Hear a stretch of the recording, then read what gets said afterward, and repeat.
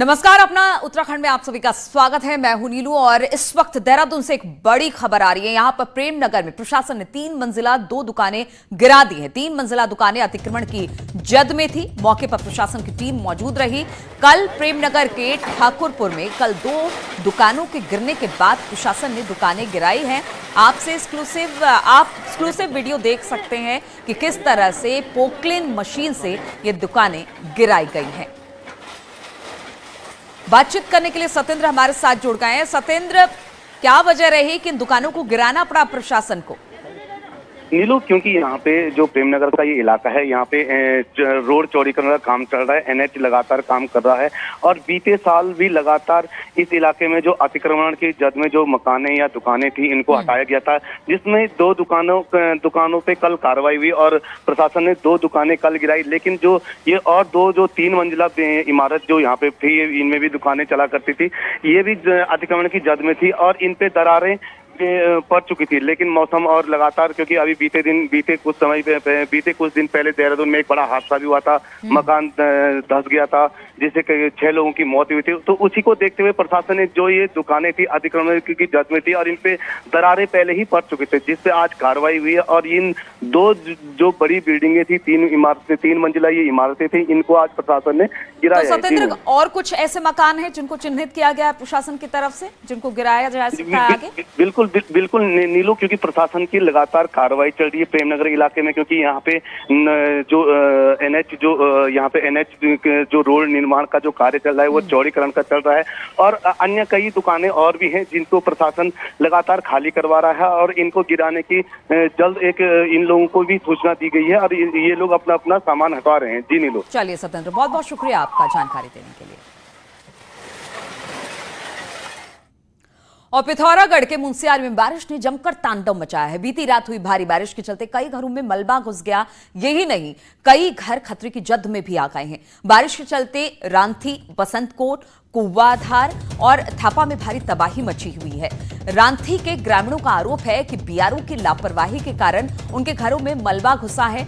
उधर चीन सीमा को जोड़ने वाला मुंशियारी नीलम मार्ग भी भूस्खलन के कारण बंद हो चुका है। और विजय वर्धन उप्रेती हमारे साथ जुड़ गए हैं। विजय, लगातार हम देख रहे हैं पिथौरागढ़ में बारिश हो रही है और बारिश के बाद जो संकट आता है उससे गांव वाले दो चार हो रहे हैं। इस वक्त स्थिति किस तरीके की है वहां पर? जी, निश्चित तौर पे नीलू, जो मुंशियारी तहसील और धारचूला तहसील है, बहुत संवेदनशील तहसील है। हर बरसात में यहाँ के लोगों को खासी दिक्कतों का सामना करना पड़ा, लेकिन इस बार दिक्कतें कुछ अलग तरीके की आ रही है, क्योंकि रांची और बसंतकोट का जो इलाका है, जहां बीती रात बारिश ने जम के तबाही मचाई है, उसके ऊपरी इलाकों में बीआरओ सड़क काट रहा है और उस सड़क का ही मलबा है जो लोगों के घरों तक घुसा है। कई घर, दर्जन भर के आसपास घर ऐसे हैं जो खतरे की जद में आए हैं। दर्जन भर घरों में मलबा घुसा है। तो एक तरीके से जनजीवन खासा प्रभावित है। सड़कें बंद हैं, बिजली सप्लाई ठप है।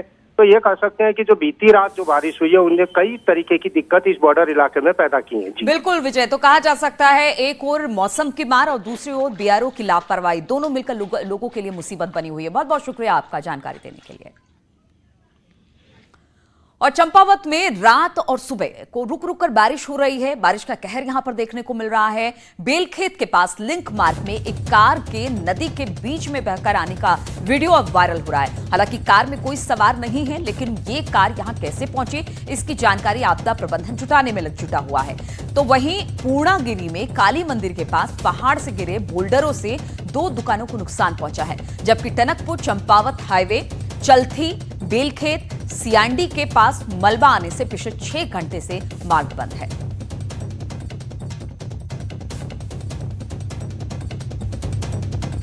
तो चंपावत की तस्वीरें आप देख सकते हैं किस तरह से यहां पर बरसात ने तबाही भी मचाई है। रोड बिल्कुल कट गए हैं।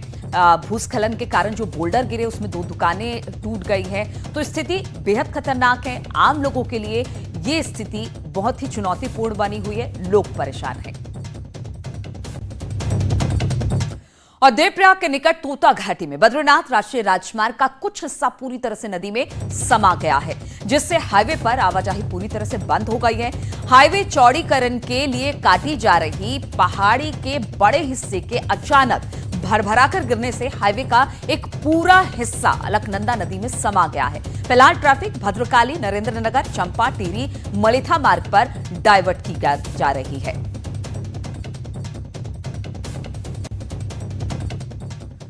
और देहरादून में मानसूनी सीजन के दौरान नदियों के तेज बहाव में बहने से कई लोगों की मौत हो चुकी है। ऐसा ही एक मामला मंगलवार को देखने को मिला, जहां पर दून के चंद्रोटी नदी में पार्टी करने गए कुछ युवाओं में एक युवक की पानी में डूबने से मौत हो गई, जिसको देखते हुए पुलिस ने अब सख्ती करना भी शुरू कर दिया है। डीआईजी अरुण मोहन जोशी ने कह दिया है कि लोगों को मानसून के सीजन को देखते हुए नदियों के आसपास नहीं जाना चाहिए, जिससे कभी भी कोई घटना घटित हो सकती है। साथ ही उन्होंने कहा कि नदियों के आसपास अभियान चलाने के निर्देश भी अपने महकमे के लोगों को दी है। कौन सी जगह होगी? चंद्रोटी तो ऊपर है, पूरा के लिए बहुत रास्ते रहते हैं इस तरह के, जहाँ पर हर रास्ते को बैरिकेडिंग कर पाना पॉसिबल नहीं हो सकता है और हर जगह पर पुलिस को तैनात करना भी पॉसिबल नहीं है। तो लोगों को थोड़ा सा इसमें अवेयर होना पड़ेगा और थोड़ा सा जो मानसून पीरियड है उसको लेकर के सतर्क रहने की आवश्यकता है।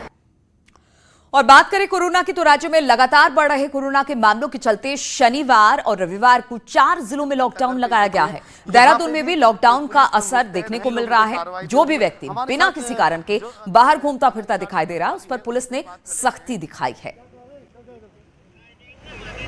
राज्य में कोरोना के बढ़ते संक्रमण को देखते हुए सरकार ने 2 दिन का 4 जिलों में लॉकडाउन रखा है। शनिवार संडे पूरे 4 जिले पूरे लॉकडाउन रहेंगे। इसी प्रकार से आज देहरादून में भी जिस लॉकडाउन का पूरा असर देखने को मिला। अभी हम घंटाघर पे स्थित हैं, यहाँ पे भी पुलिस मुस्तैद है और जो भी अभी कई लोग जबकि आ भी रहे हैं तो उनसे पूछताछ चल रही है। कई लोगों पे कार्रवाई भी हो रही है। हमारे साथ जो अभी थाना इंचार्ज कोतवाली हैं उनसे ही बात कर लेते हैं। शिषपाल सिंह नेगी जी, किस तरीके की आज कार्रवाई चल रही है और किस तरीके का बंद का असर देखने को मिल रहा है? जैसा आप जानते ही हैं कि आज देहरादून में पूर्ण लॉकडाउन है। सिर्फ आवश्यक सेवाओं को छोड़ के सभी दुकानें बंद हैं। सभी लोगों की आवाजाही भी बंद कर रखी है कि जो मेडिकल इमरजेंसी हैं या जिनको आवश्यक सेवाओं से जो लोग जुड़े हैं उन्हीं को अलाउ है। इस संबंध में बैरियर लगा के चेकिंग की जा रही है और जो अनावश्यक घूम रहे हैं, जिनका कोई रीजन नहीं है, जेन्युइन रीजन नहीं है, उनका चालान किए जा रहे हैं और कार्रवाई की जा रही है। लॉकडाउन का पालन कराया जा रहा है। सर, दुकानों की बात की जाए तो किस तरीके की सर दुकानें ये सब खुली हैं क्या? ये इसमें जैसे कि डीएम साहब के आदेश हुए हैं कि फल, सब्जी, दूध, मीट, मच्छी, मेडिकल स्टोर, वो दुकानें जो हैं खुली हैं। सब एसेंशियल सर्विस की जो दुकानें हैं उनको खोला गया है और अन्य जो लोग हैं जो फालतू घूमने वाले भी दिख रहे हैं उन पे लगातार कार्रवाई भी हो रही है। कैमरा पर्सन राकेश रावत के साथ में सत्येंद्र वर्तमान, न्यूज़ 18 देहरादून। और हल्द्वानी में कोरोना लॉकडाउन का यहां पर साफ असर दिखाई दे रहा है। यहां पर सड़कों पर पुलिस की सख्ती है, लिहाजा लोग सड़कों पर निकलने से बच रहे हैं। जो लोग सड़कों पर निकल भी रहे हैं उन्हें पुलिस पूछताछ से गुजरना पड़ रहा है, साथ ही चालान भी झेलना पड़ रहा है। शहर में सुबह से ही राशन, मेडिकल, शराब और साग सब्जियों की दुकानों को छोड़ सभी व्यावसायिक प्रतिष्ठान बंद है। उत्तराखंड के 4 जिलों में आज से लॉकडाउन है। हल्द्वानी में किस तरीके से पुलिस लॉकडाउन का पालन करा रही है मैं आपको दिखाता हूं कि ये बाइक सवार हैं, यहाँ पर पहुंचे हुए थे, इनको पुलिस ने रोका और इनसे कुछ पूछताछ की। हालांकि उसके बाद उनको जाने दिया गया और इस तरीके की कुछ चालानी कार्रवाइयाँ भी हो रही हैं। वैसे क्यों आपका चालान कटा है? हेलमेट नहीं पहनने के कारण। हेलमेट नहीं? हाँ। और आप क्या करते हैं? ब्रेड बेचता हूँ। लॉकडाउन था आज सर, सब खुला हुआ है। ब्रेड बेचता हूँ मैं।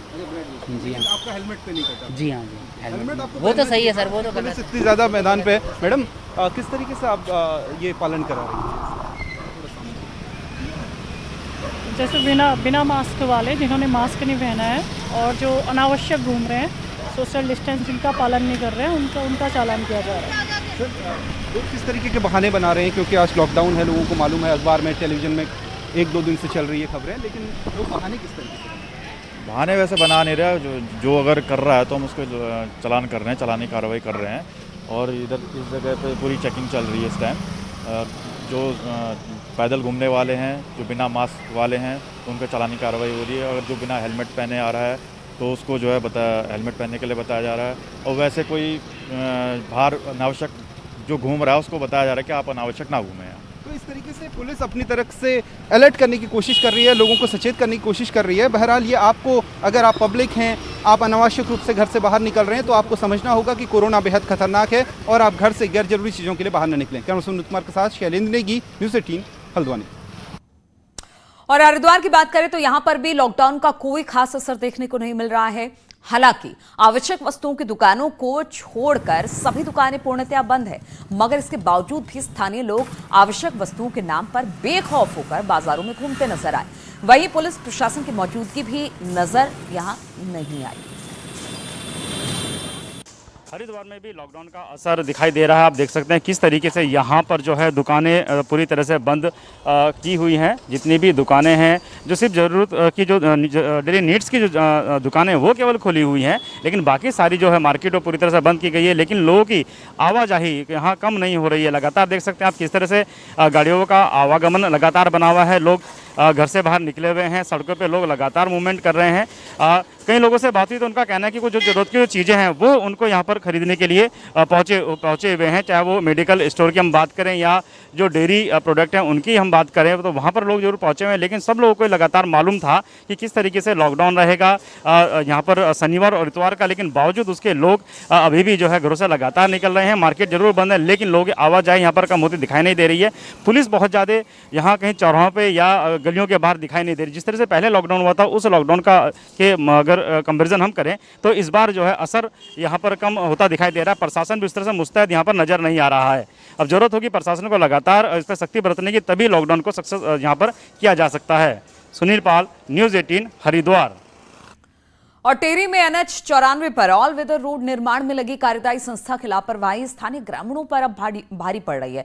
सड़क चौड़ीकरण के नाम पर चंबा के दिखोल गांव की पेयजल लाइन क्षतिग्रस्त हो चुकी है और प्राकृतिक स्रोत भी नष्ट हो गए हैं, जिससे ग्रामीणों को पानी की खासी परेशानी हो रही है।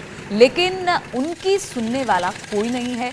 करीब 250 की आबादी 3 से 4 किलोमीटर दूर से पानी ढूंढने को मजबूर है और कई बार शिकायत के बावजूद भी इस ओर ध्यान नहीं दिया जा रहा है। वहीं जल संस्थान का भी कहना है कि वैकल्पिक व्यवस्था की गई थी, लेकिन सड़क चौड़ीकरण के चलते वो भी नष्ट हो गई। तोड़ दिया, वहाँ पानी बनाने को कोई सोच ही नहीं रहा है कि पानी बनाएंगे कि ना बनाए, क्या करे क्या ना करे। कई बार हम लोग चले गए गाँव वाले, तब कुछ नहीं बोला आज बनाते कल बनाते, कुछ नहीं बनाया हमारे लिए कोई व्यवस्था नहीं है पानी की। पिछले 1 महीने से पूरे गांववासी पूरे बहुत ज़्यादा परेशान है। यहाँ पे पानी की व्यवस्था भी नहीं है। बाजार से जो पानी आता है उसमें पूरे गांव की पूर्ति नहीं हो पाती है। लाइन इतनी बड़ी नहीं है। अभी एक्चुअली वहाँ पर ये स्थिति हो रही है कि लगातार ब्लास्टिंग की वजह से जो हमने टेम्परेरी लाइन बिछाई है वो भी क्षतिग्रस्त हो रखी है, तो उसको हम मरम्मत कर रहे हैं। जितने कम समय में हो सके उसको मरम्मत की जा रही है। पूर्व सीएम हरीश रावत कोरोना की वजह से कोई मैंगो पार्टी तो नहीं कर पाए, लेकिन उन्होंने रायता जरूर बांट दिया। हरीश रावत ने आज मुख्यमंत्री, राज्यपाल, मुख्य सचिव, विधानसभा अध्यक्ष, कांग्रेस प्रदेश अध्यक्ष को पहाड़ी ककड़ी और रायता पैक करके भेजा। हरीश रावत ने कहा कि करीब 1 महीने बाद 16 अगस्त को घी संक्रांति का पर्व आएगा और इस मौके पर सरकार और शासन को पहाड़ी व्यंजनों को प्रमोट करना चाहिए। उन्होंने कहा कि प्रमोट सरकार को करना है और उसे अमल में शासन को लाना है, इसलिए उन्होंने मुख्य सचिव को भी रायता भेजा है। 16 तारीख को जुलाई को यदि हरेला होता है तो श्रावण शुरू होता है और 1 महीने के बाद घी संक्रांत का त्योहार, और उत्तराखंड तो पकवानों का, घी संक्रांत का मतलब है पकवानों का श्रृंखला ही इसीलिए चलाई थी, और उसको कैसे आगे चलाया जा सके तो उसकी याद दिलाने के लिए मैंने जो ये रायता है, ये व्यंजनों का एक अगवानी वीर है। जैसे देवताओं में गणेश जी की पूजा होती है तो व्यंजन में जो है रायता को शुभंकर माना जाता है, तो वो शुभंकर राज्य के मुख्यमंत्री, महामहिम राज्यपाल, माननीय मुख्यमंत्री, स्पीकर और अपनी पार्टी के अध्यक्ष और भी जो हमको महत्वपूर्ण लोग हैं उन तक भिजवा रहे हैं। और नैनीताल के 121 युवाओं ने एक ऐसी पहल शुरू की है जो 108 जैसी तो नहीं, लेकिन उससे कम भी नहीं है।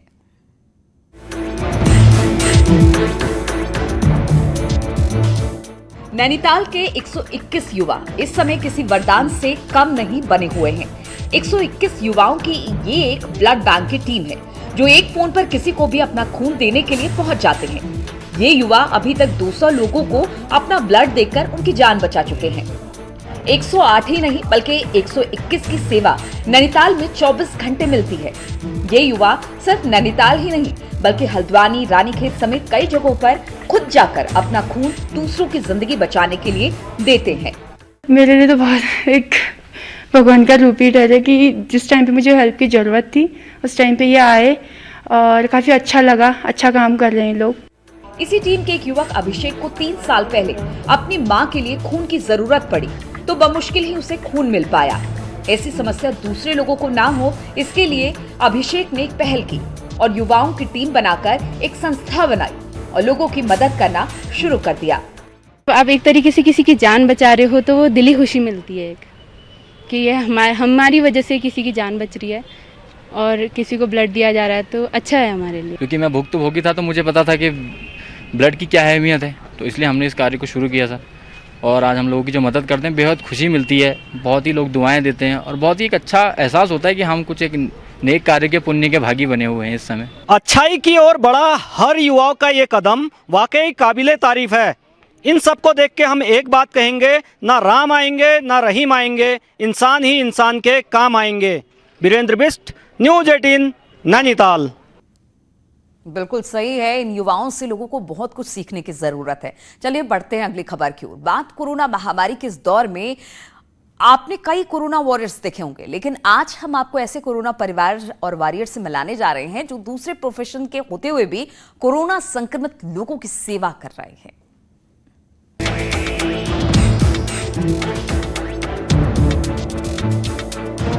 पेशे से बॉडी बिल्डर और ट्रेनर दीक्षा भट्ट इन दिनों कोरोना मरीजों की मदद में जुटी हैं।